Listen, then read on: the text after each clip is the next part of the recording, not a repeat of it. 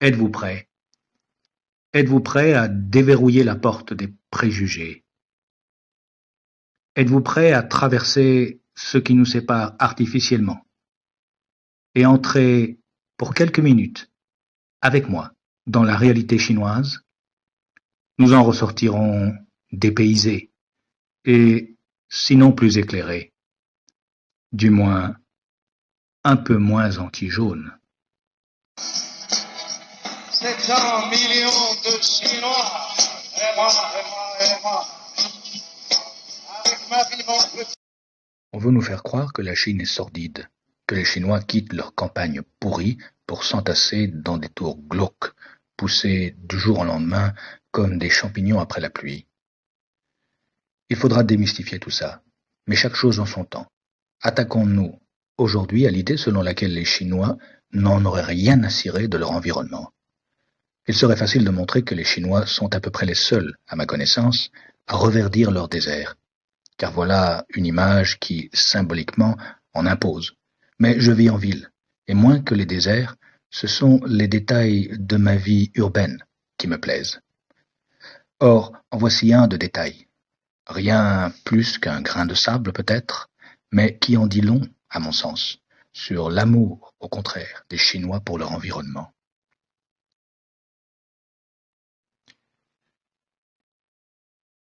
L'autre soir, je faisais le tour d'un pâté de maison, à la recherche d'un restaurant où des amis m'attendaient, dans un quartier que je fréquente peu, lorsque je suis tombé sur un arbre occupant tout un coin de rue.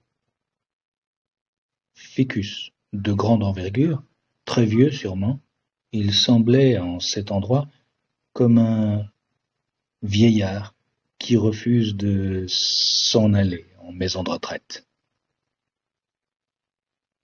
En Europe, les arbres centenaires tombent pour un oui ou pour un non, pourvu que leurs racines soulèvent quelques dalles de trottoir ou que leurs branches font un peu trop d'ombre à la circulation. Et la fatalité aurait voulu que mon ficus fût abattu depuis longtemps, pour toutes les raisons ci-dessus et d'autres encore.